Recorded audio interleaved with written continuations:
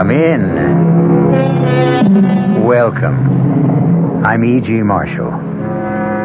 Of all the sounds in the universe, perhaps nothing stirs the imagination more deeply than the sounds of the sea. People who have never crossed an ocean can still be transported in a walk along the beach, skirting the lapping tides, or standing high on the rocks with the waves crashing below. There's an eerie quality about the sea, and it conjures strange visions in any mind that is ready to receive them. Our story concerns the spell cast by the sea.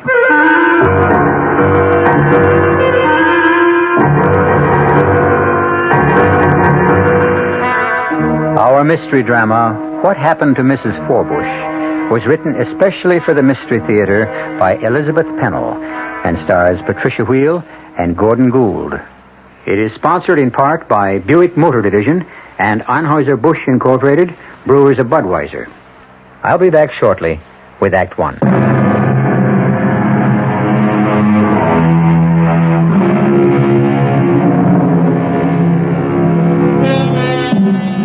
This story takes place at Captain's Cove on the shores of New England.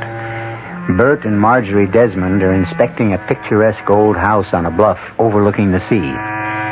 They're city people, and in the past they have spent their vacations at mountain resorts or in dry desert places considered beneficial for the health of their son. But this year it's different, and they're getting more intrigued by the minute as Mr. Smith, the rental agent, shows them around. Oh, Bert, the view and the window seat. I haven't seen one like this since my grandmother's house when I was a child. I'm more interested in all these carved pieces over here.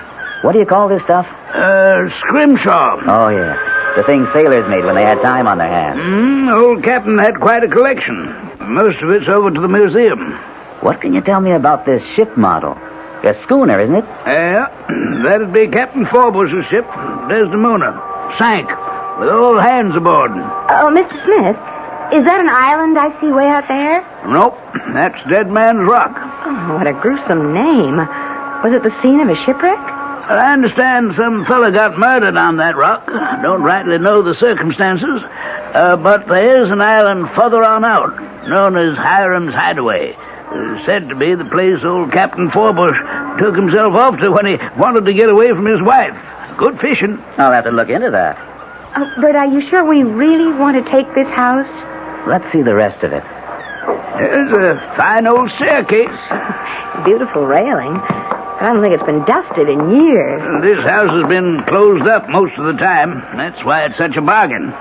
Is there anything wrong with it? Nope. Tight as a drum. And a real historic monument. Now, you take this roof. Oh, it's wonderful. I've never slept in a four-poster bed. Oh, boy, it's a big one, too. And this door leads to a veranda. Oh, my. This porch goes all the way around the house. It always does in a captain's place of residence. A trademark, you might say. Well, sure. This is what you call a widow's walk. Yeah. No doubt Miss Forbush did her share of pacing when the captain was away. Well, no pacing for me, thank you. My husband has a desk job. What do you think, Bert? About the house? Yes. In a strange way, I've fallen in love with it. But I'm wondering... Wonder no more. We're going right into that room I already call my study and sign a lease for the summer.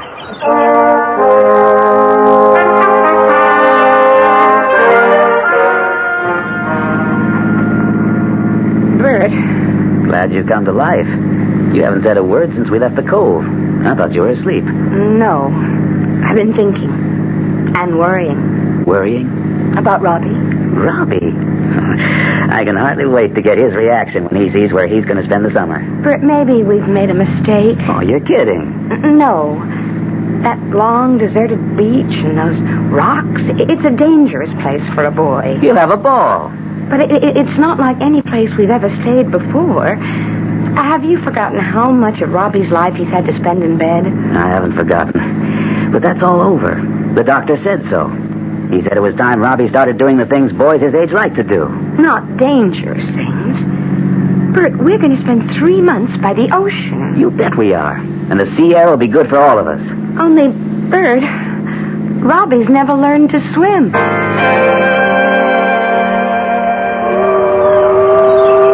Well, Robbie, what do you think of it? Oh, man. This house is twice as good as you thought it was. I didn't remember it was so musty. The place needs airing. I'm going to open some windows. Dad, who's the old guy in the picture? Why, that must be Hiram Forbush, the sea captain who built this house. He sure has a lot of red whiskers. He sure does. You know, they knew how to paint pictures back in those days. Watch this, Rob. Walk over here and see how his eyes follow you. Sort of as though he was looking at everything you did. It's spooky. You think he's a ghost? Oh, come on, son. You don't believe in ghosts, do you?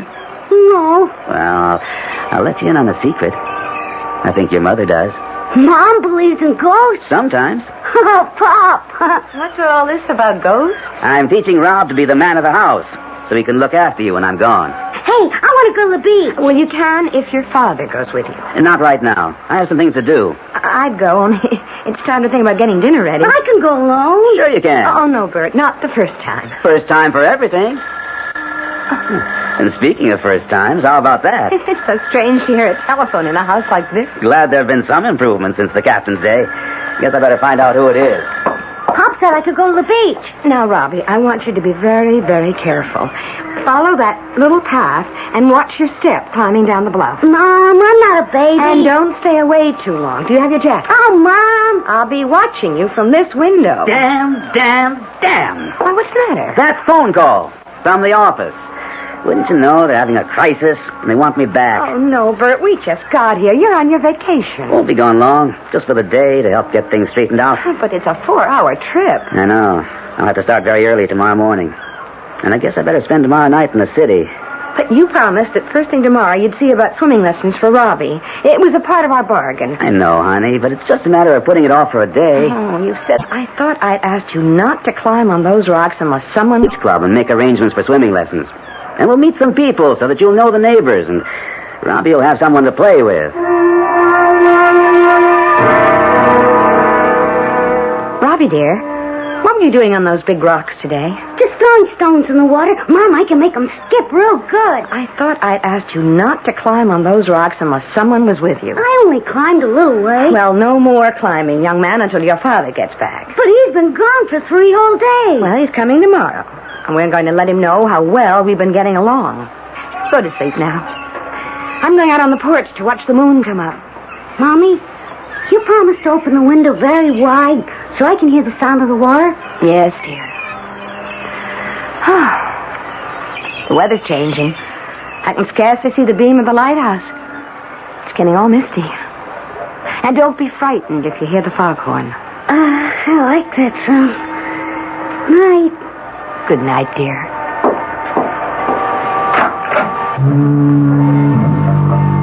Good evening. Oh. Is someone there? I always stroll the veranda on a foggy evening. Well, there is someone.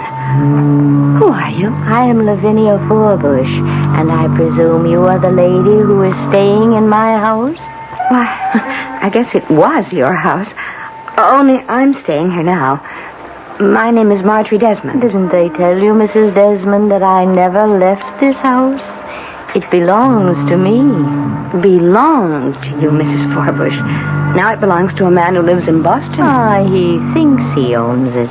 No one will ever take my place in this house. Come, let's walk this way. Ah, the fog is creeping over Dead Man's Rock. Just the way it was that night. No, I'm getting rather cold. I think I'll go inside. Poor soul, you need a fine shawl like mine to keep you warm. It looks like a lovely old paisley. Won't you come inside where it's warm? We could have a cup of tea. No, indeed, Mrs. Desmond. I only set foot in my house when it becomes necessary to get something I want. I'll stay right here where I always stay, keeping my vigil. But the fog is closing in. Really, Mrs. Forbush, I must go in. Oh, how thoughtless of me. The damp night air must have chilled you to the bone. Here, let me put my shawl around your shoulders. What about you? Oh, I no longer feel the cold as I once did. My, it is grand to have a woman to talk to once more. Mrs. Desmond, my captain was a bold and adventurous man. He brought me precious gems from India, from Persia, and from China. Oh, dear Mrs. Desmond, you must not make my mistake. You must take your most cherished possessions and leave my house. Oh, but I have no jewels, Mrs. Forbush. Oh, dear lady, you have the greatest jewel of all, a son. How old is your boy, Mrs. Desmond? Robbie's 9.5. Just the age of my Jason, a most dangerous age. I know. I worry about him. And well, you might. What happened to me is history. And history has a way of repeating. Really, I don't think I want to... You will listen to me. Please. My Jason, oh, he was a strapping lad who helped me with the chores around the house. And when Hiram's ship was in, the boy spent hours talking to the sailors, learning how to tie knots and carve those intricate things from bone and bits of wood. My Robbie would like that. And then one day, when Jason was 9 years old, his father came to me and said, I'm taking the boy on a journey. It is time he began to learn the ways of men. Why, Bert said something like... Too soon, I said, too soon. But my Hiram was a very determined man, and when he made up his mind, there was no stopping him. It's only a short journey, he told me. We are taking the Desdemona to the Caribbees, and Jason will go with me.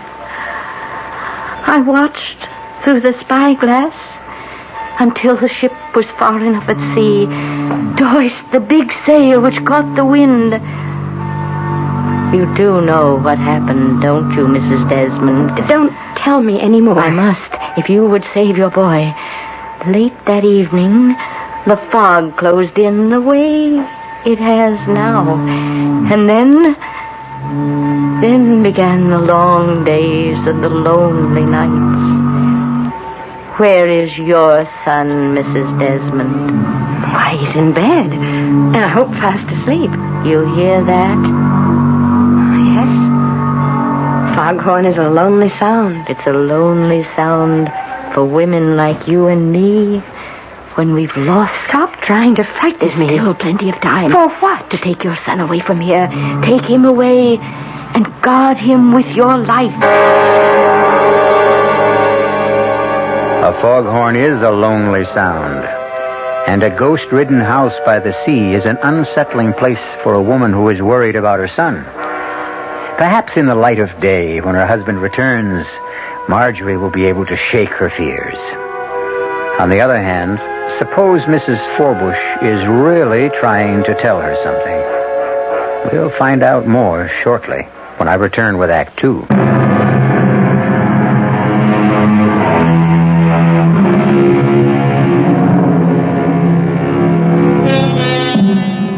If you're afraid of what the future has in store, perhaps you look to the past for guidance. But Marjorie Desmond has had a strange encounter with the past, which only bolsters the fears she already has for her son. Is it possible that a ghostly presence from a former time can prevent or promote an impending disaster? Marjorie's husband has returned from his business trip, and we'll soon find out how he feels about what's going on. Bert, it's so good to have you back. Way longer than I expected. But I've only been gone a few days. Same old thing. You should be used to it by now. But this time it was different. I mean, this place... Well, now, tell me what you and Robbie have been up to. Bert, I want to show you something. Hey, where did you get that paisley shawl? I like it. So do I. It has such nice mellow colors. Where did you find it? In the old captain's sea chest? No, it was given to me. Well, that's a nice gift. Who's been around while I was gone? You're not going to believe this. Well, let me guess. It was given to you, only it wasn't really a present. You had to pay some enormous sum for it, and now you're afraid to tell me how much it cost. No, Bert. And I know you won't believe me. I won't believe you if you say Captain Forbush came to the door and said, "My dear Mrs. Desmond, please let me in.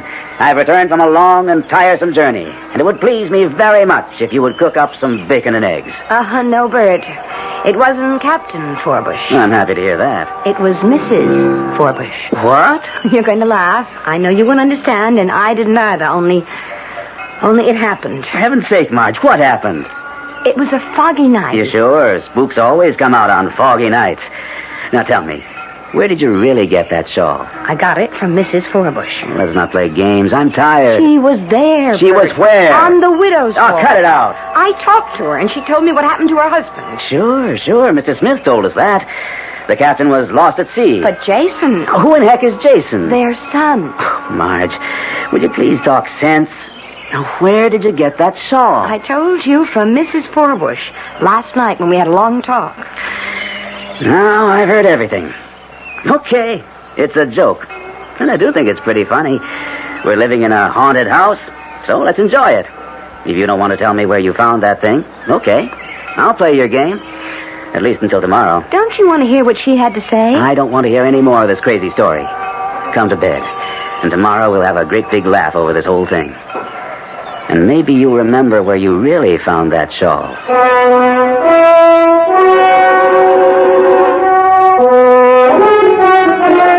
That was the best picnic we ever had. Can we do it again tomorrow? Well, not every day, Rob. Maybe tomorrow we'll go to the beach club. I thought I might do some fishing. Dad, can I go fishing with you? Maybe we'll all go. How about it, Marge? Count me out. You know how I feel. I know. You like to eat the poor little critters, but it's cruel to catch them on those nasty hooks. Well, it is. Robbie and I may just go off and forget to come home. Take your son away from here. Take him away and guard him with your life. Well, honey, what's the matter? You look as if you'd seen a... It's nothing, Bert, nothing. I just have to be alone for a minute. Hey, Dad, what are all these things over here on the shelf? That's called scrimshaw, Rob. Scrim? These are things that were made by sailors a long time ago. When they were on those sailing ships and the sea was calm, they didn't have much to do. So they carved pieces of bone or wood and painted shells. I'll bet I could do that. You'd have to learn how to use a knife. Would you teach me, Dad? It's bedtime, young man. Up the stairs. If I was on a boat, I wouldn't be going up any old stairs. I suppose you'd be climbing the ropes. Or walking in the gangplank. No, I asked that fisherman today where he slept, and he said down below. Unless you want to sleep in the cellar, the direction is up. Get going. Aye, Captain. Nice day today, Marge. And I don't know when I've seen Robbie so happy. Oh, he's certainly having a good time. And tomorrow when we go to the beach club, we can make arrangements to have him start taking swimming lessons. I'm not sure they have regular classes. Then we'll get him a private instructor. Marjorie, I am perfectly capable of teaching him myself. I won a medal in college, remember? Well, of course you're a good swimmer, Bert, and I thought... Oh, I suppose if Robbie had been well, you would have taught him long ago. But don't you think he'd learn more quickly now if an outside... Hey, there's nothing wrong with his old man, is there, Marge? I have to finish up the dishes. Let's talk about it when I'm through.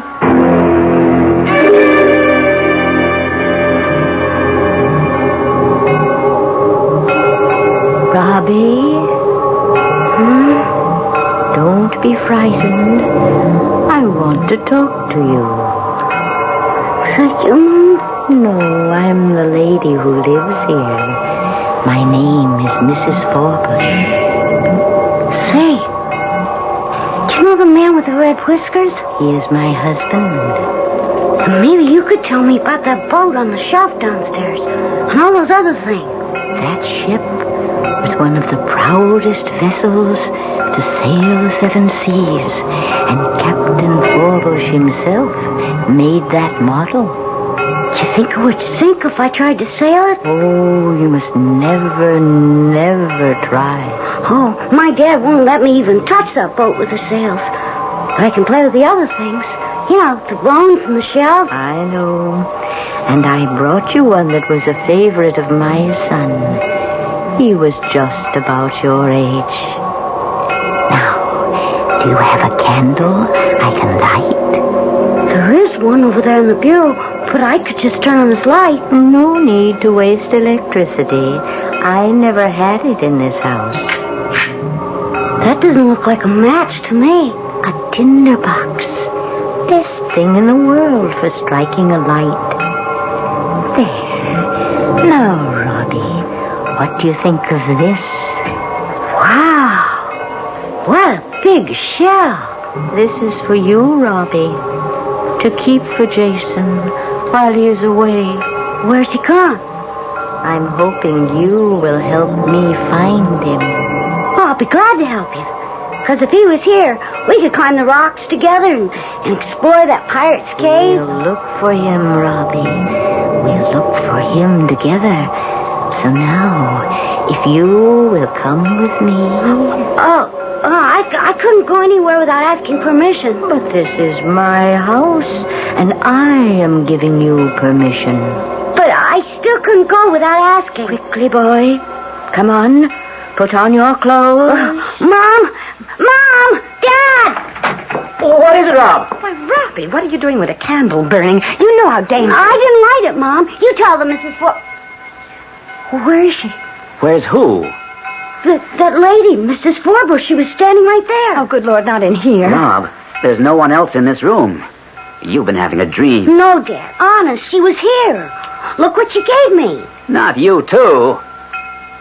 Say, that's a very interesting shell. So where did you find it? Dad, I didn't find it.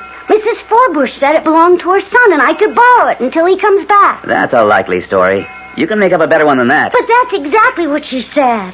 I'm going to help her find him. And when he's here, we can play together down on the beach. No, Robbie, dear, that's not possible. You're both being impossible. But the trouble is, we have to find Jason. Oh, stop it, Robbie. I won't hear any more about this Jason. Rob, you've had a dream. It seems very real. But now it's over. And tomorrow you'll have forgotten all about it. But, Bert, what about the candle and the shell? Well, there must be some reasonable explanation. But let's not think about it now. I'm blowing the candle out, and Robbie's going to sleep. Good night, son.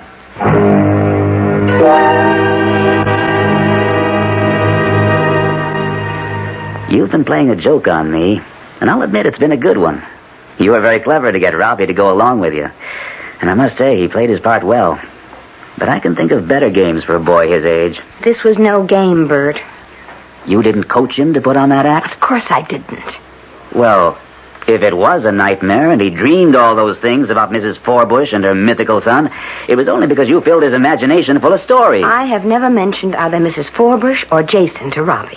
Then there's a book about them somewhere around the house. Well, if there is, I haven't seen it. You must have had one of those imaginary conversations out loud, the way you do sometimes. And Robbie overheard you and you thought he was asleep. Oh, Bert, I don't do that anymore, and I don't see how he could possibly have been listening the night I talked to Mrs. Forbush. Marge, there is no Mrs. Forbush.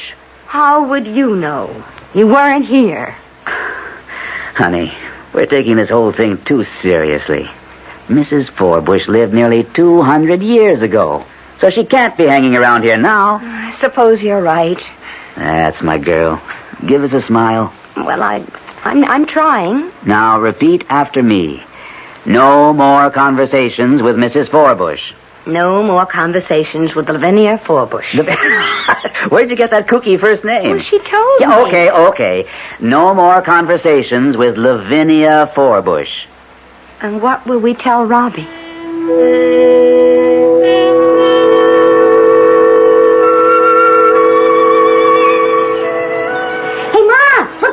Bought me. He's teaching me how to catch fish. Oh, well, it looks as though you bought out the store. But did you get my groceries? Yep, groceries are all right here. But hold off on the steak.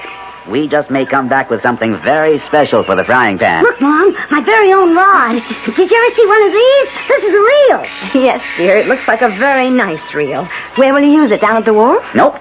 We're going to get Rob off to a really good start. I've rented a boat. What kind of boat? Oh, just a putt-putt. You know, one of those flat-bottom jobs with an outboard motor. But you aren't going out to sea. Sure. Well, look at it, Marge. Smooth as glass. What do you know about the tides and the currents? Marge, we aren't planning a trip to China. Where are you going? To that island. It's so clear today, you can see it from here. Don't you worry about a thing. See? I bought him a life jacket, and he's going to wear it every minute of the time. We promise, don't we, Rob? Sure, Pop. Promise me you won't go far? I told you, we're only going out to that island. When Mr. Smith said the fishing is good. What did he say the island's called? Hiram's Hideaway. Oh, yeah. Sorry I asked. have a good time. If you stand on the porch with the binoculars, you can watch us most of the way.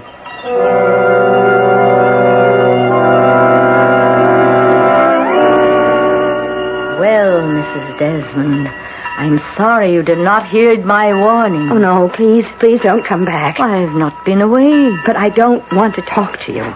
It was bad enough that you upset me, but you had no right to bother my son. It was you who interfered, Mrs. Desmond. You and your husband.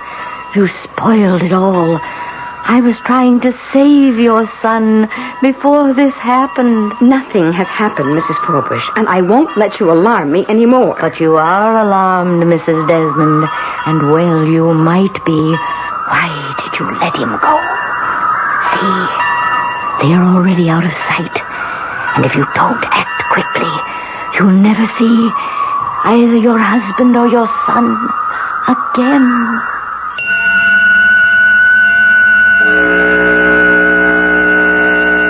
This time it seems more likely that the predictions of the ghostly Mrs. Forbush may come true. Marjorie is a worrier, but after all, Bert is not a seasoned sailor, and Robbie can't swim.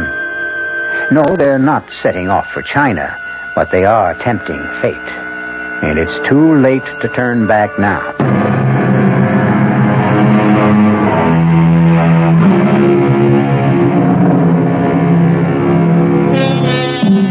It is a calm and beautiful day at Captain's Cove, and it looks as though the fears of Marjorie Desmond were totally unfounded. Father and son have explored the island. A whole new world has opened up for a boy who has been housebound much of his life. And Bert is savoring the joys of feeling a new closeness to his son. It is late afternoon, and they are heading back reluctantly to the mainland. Hey, Dad, can we do this every day? I'm going to catch a bigger one next time. For a first try, you did very well. Maybe we can go deep sea fishing someday. Maybe tomorrow. Could we? Hey, we're doing all right with these smaller fellas. Flounder's good eating. You'll see. I bet Mom will be surprised. We caught 1, 2, 3, 4. Hey, Dad, remember what you promised about that rock? Oh, it's late, Rob. I think we better not. But you promised, Dad. Honest, it'll only take a minute. Well, I'm not sure I can get right up to the rock. The water's starting to get a bit choppy. Where was it you saw that piece of driftwood you wanted? Up there, see? Looks just like a couple of deer's horns. Otherwise known as antlers. Only I'm going to turn it into whatever that other word is. Brim, you know. Hey, stop the boat, Dad. It's right up there. I can't just stop the boat, Rob. There's no place to anchor. I could almost reach it if I stood on the seat. Get down, young man. Now, what did I tell you? There's a tricky tide around here. He'll come back some other time. Oh, but Dad, that piece of wood will be gone. Sometimes the waves go all over those rocks. I'll never find a piece like that one. Oh, I'll try again. It's calmer over on this side. Slow down some more, Dad. But there's no way to come in. Like that flat place on the rock. You slow way down, and then I'll jump off and get it. Is your life jacket on tight? Sure, Dad. Okay, then. Be very, very careful. I'll idle the motor while you jump off. Grab your piece of driftwood and jump right back. Here I go. Uh-oh. The motor's died, and the boat's drifting. You stay right there, Rob, while I get it started.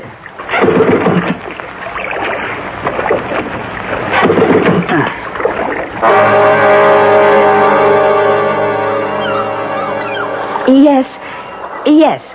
I want to speak to someone at the boathouse down by the pier. The place where you rent boats to go fishing. Hello?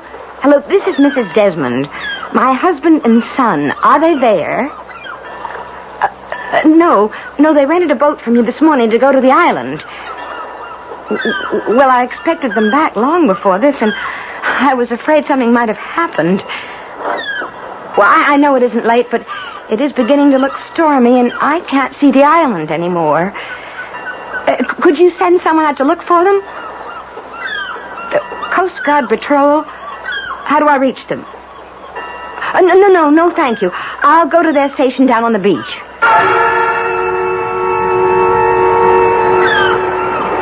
No use going to the Coast Guard station, Mrs. Desmond. They've taken the cutter and gone in the other direction. Bert and Rob, I'm afraid they're in trouble. They are in trouble, Mrs. Desmond. Out by Dead Man's Rock. And we must send someone after them. No one to send, unless we do it ourselves. How can we? I've done it before, and if the two of us pull together... What are you talking about? The rowboat over there. Can you handle an oar? Well, once I knew how to row, I'm not sure that I... Hurry, Mrs. Desmond. Before the storm sets in, climb aboard. Oh, well, an old boat, why, it's half full of water. No time to be choosy. You fit this oar in the lock while I shove off with the other one. There's a hole in the bottom of this boat, Mrs. Forbush. This is madness. We'll never make it. Pull, Mrs. Desmond. Pull. The sea is getting rough. Aye, a storm is brewing. We must turn back. Too late, Mrs. Desmond. Too late. We must fulfill our mission. That rock seems further and further away. Pull, Mrs. Desmond. Pull your oar.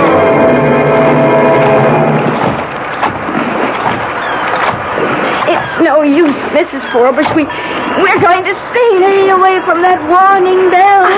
The boat is sinking, Mrs. Forbush. It's going straight to the bottom.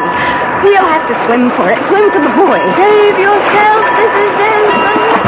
I don't know how to swim. I've got hold of it. Mrs. Forbush! Mrs. Forbush! Help! Help!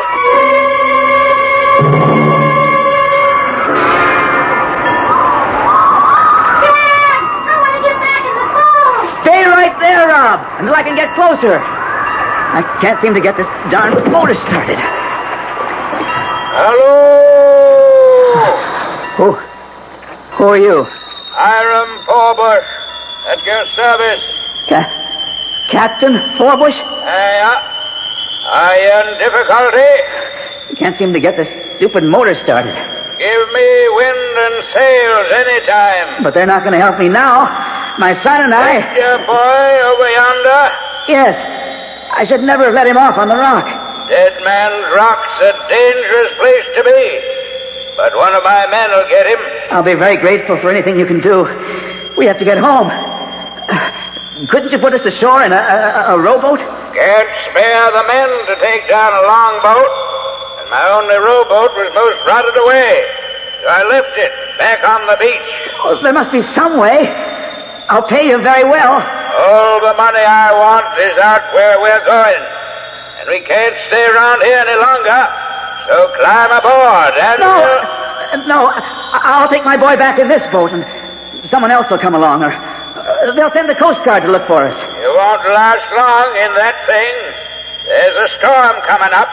Then please, send up some kind of a signal, a flare, a rocket, Shoot off a cannon and rouse the whole town. No need for that. We're not in any trouble. But we are. My son and I. You know how it is. I believe you have a son. I always wanted a son. Fine boy, this one. Just the right age for a first trip before the mast. Well, I'm giving you your last chance. Captain Forbush, let's be sensible. I have obligations to meet. Sounds to me as though you have a guilty conscience. Lively with the sheets, men. She's coming about. Up with the sails and dead ahead. Your boat's drifting away! Oh, come around to the side, Rob, and jump. I'm scared! Jump, Rob! Jump! That's it, Rob. Hey, dog paddle. The jacket will hold you up. Here, son.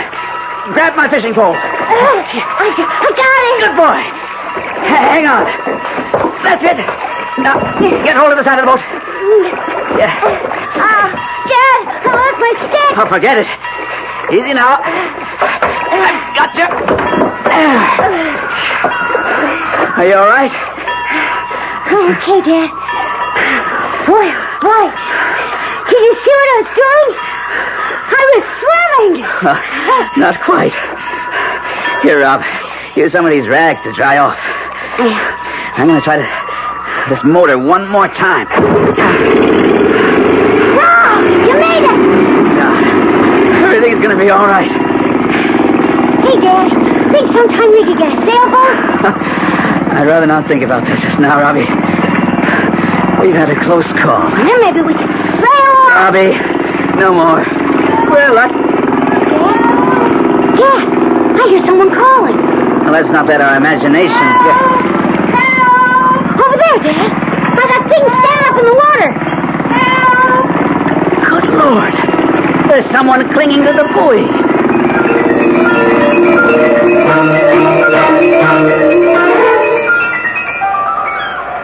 Marge, are you warm enough? Never felt better.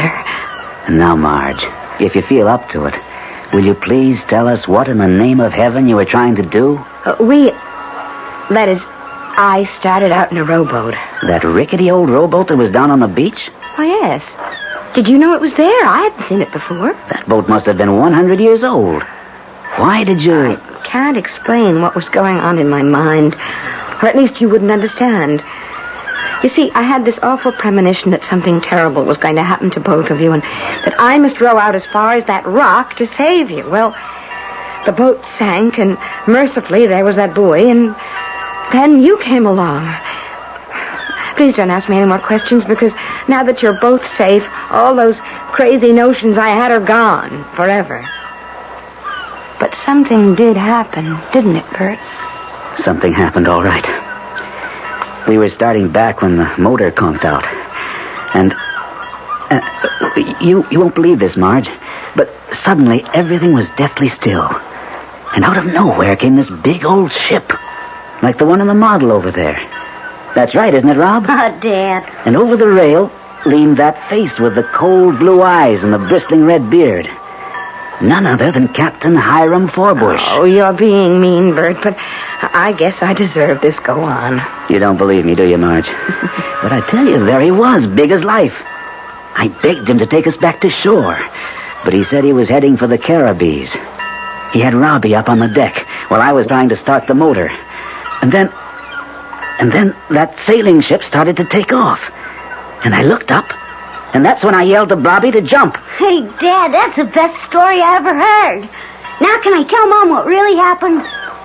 What really happened? You see, Mom, it was like this. I saw this piece of wood like antlers on that big rock. And I wanted to make something out of it. You know, some of that scrim stuff.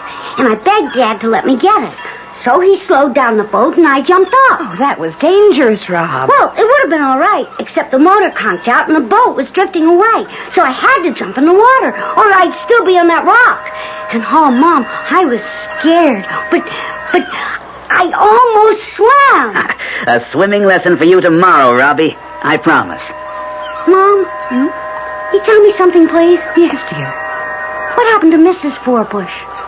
Why, Robbie, why do you ask a question like that? I've been worried about her. She drowned, didn't she? Yes, Robbie. She drowned. But that was a long, long time ago.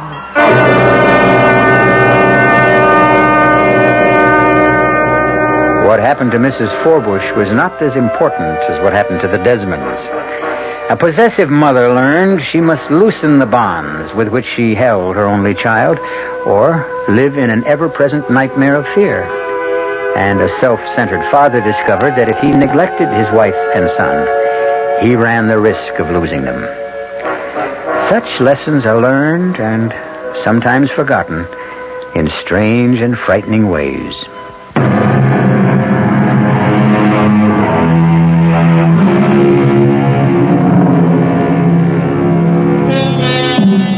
The ghost of Mrs. Forbush has been laid to rest.